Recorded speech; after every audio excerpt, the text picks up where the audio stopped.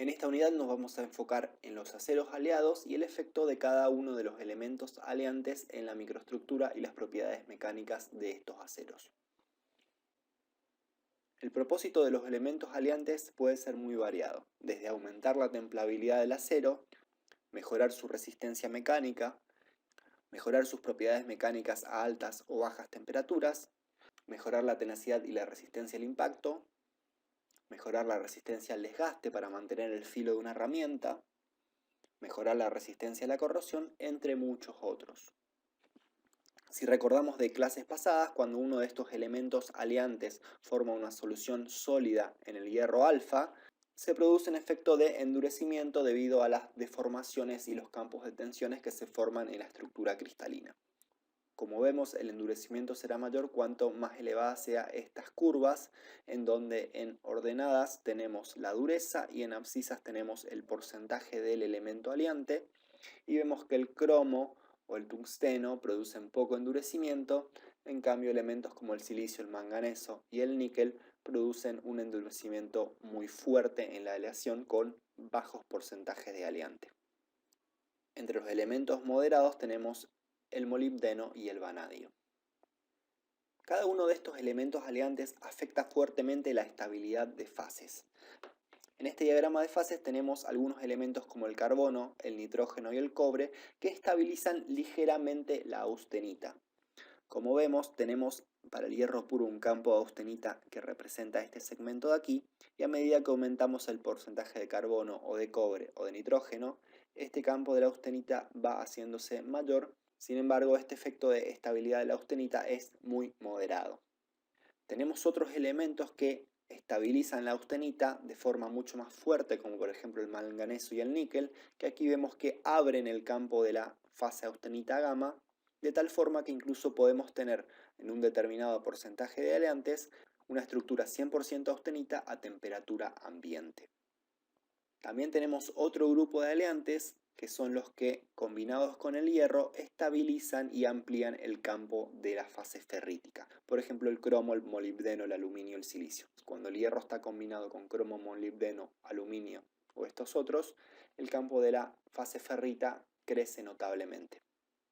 Habíamos visto en clases pasadas la nomenclatura SAE-IC para aceros de baja aleación y la vamos a repasar brevemente en esta diapositiva.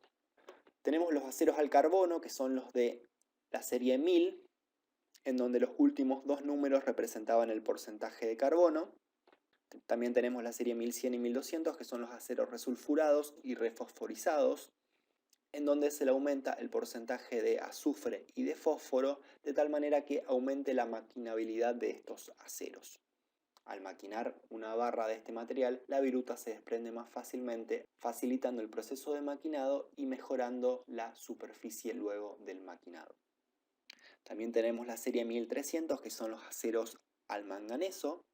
En la serie 4000 y 4400 tenemos los aceros al molibdeno, la serie 4100 al molibdeno cromo, y la serie 4300, 4700, 8100, 8600, 8700 y 9400, que son los distintos aceros al cromo, níquel, molibdeno.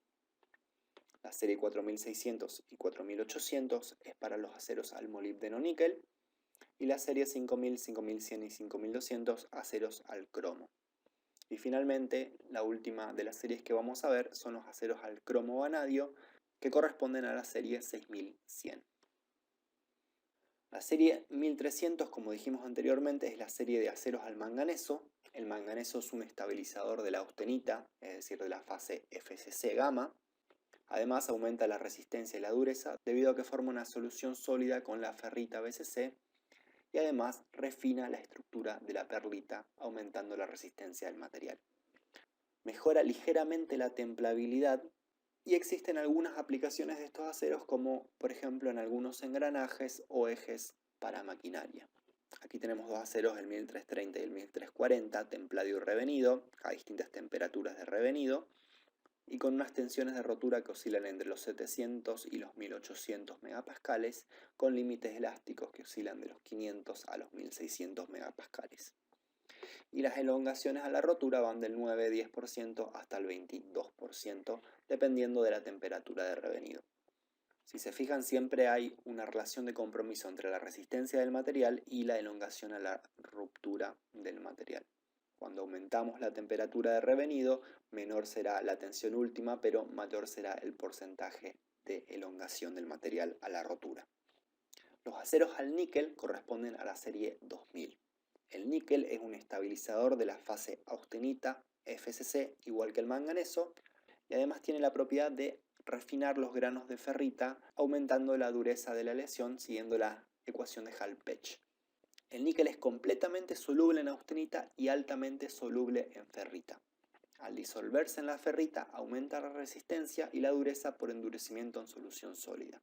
Sin embargo, tiene algunas desventajas. La mayor desventaja es que grafitiza el carbono presente en la ferrita, por lo que se limita a aceros de bajo o medio carbono. Al grafitizar el carbono, este sale de la solución sólida de la ferrita, ablandando la microestructura del acero. Además, otra de las desventajas es que no mejora la templabilidad del acero. Por eso sus aplicaciones están muy limitadas y lo que se usa en la práctica son los aceros hierro, níquel y algún otro u otros elementos aliantes.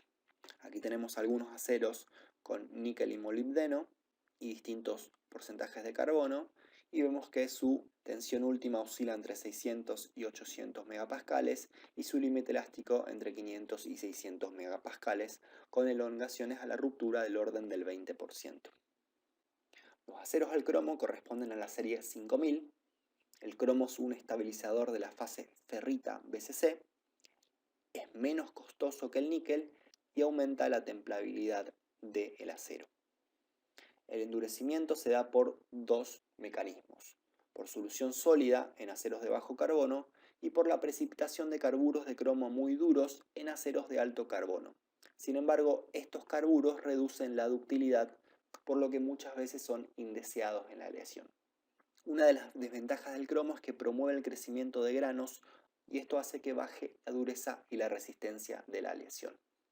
El óxido que se forma a partir del cromo es muy estable y se adhiere a la superficie del material, evitando que la oxidación avance hacia el interior de la pieza. En clases posteriores vamos a ver qué sucede cuando aumentamos notablemente el porcentaje de cromo y pasamos a tener aceros inoxidables. Esta serie también está limitada a algunas aplicaciones particulares, por ejemplo bolas de rodamiento, piezas de maquinaria agrícola, entre otras.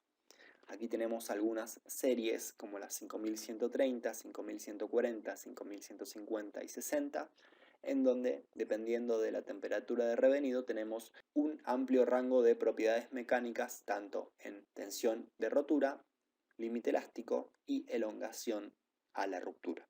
Por supuesto, al aumentar el porcentaje de carbono, aumenta la resistencia del material, pero disminuye la elongación a la ruptura. Y también, al aumentar la temperatura de revenido, baja la tensión última, pero aumenta la ductilidad. Los aceros al níquel cromo corresponden a la serie 3000 y en estos aceros se inhiben los efectos negativos de ambos, es decir, el crecimiento de granos acelerados para el cromo y la grafitización que produce el níquel.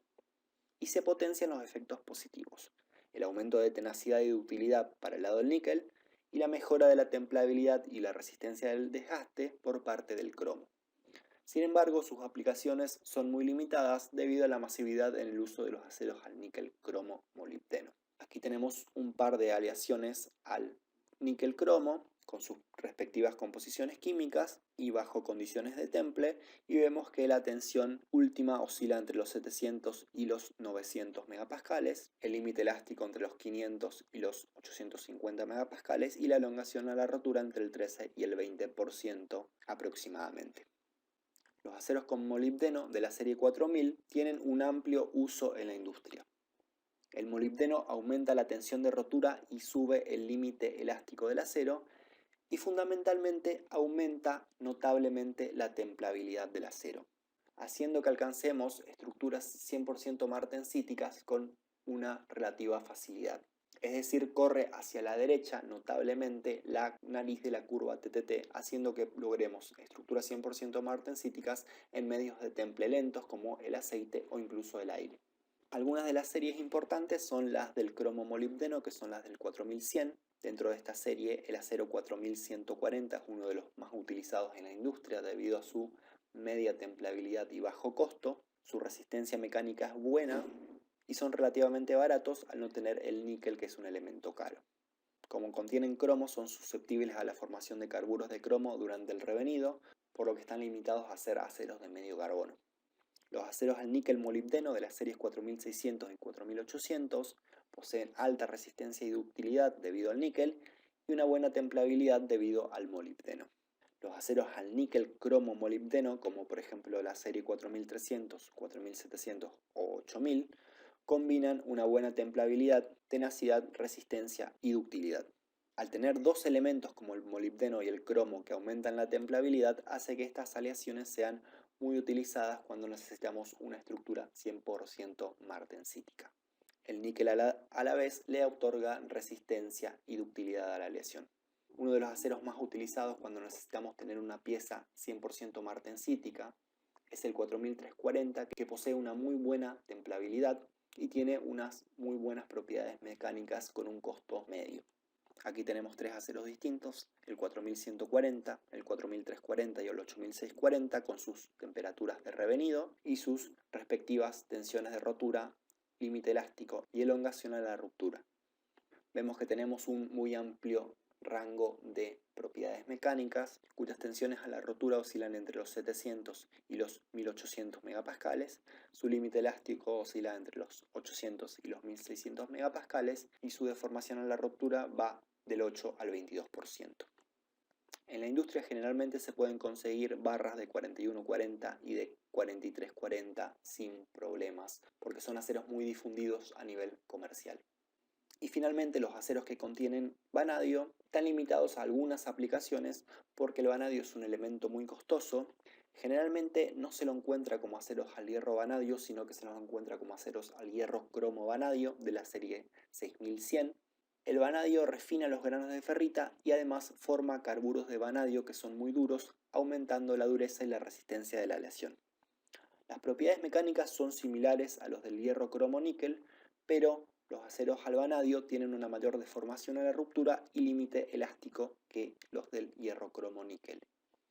Además, el vanadio mejora la templabilidad y la resistencia de la aleación a altas temperaturas, por lo que muchas veces este acero se utiliza para elementos estructurales que están sometidos a altas temperaturas o a las aplicaciones de elementos que están sometidos al desgaste debido a la dureza que le otorga el vanadio y la formación de estos carburos de vanadio duros en la microestructura.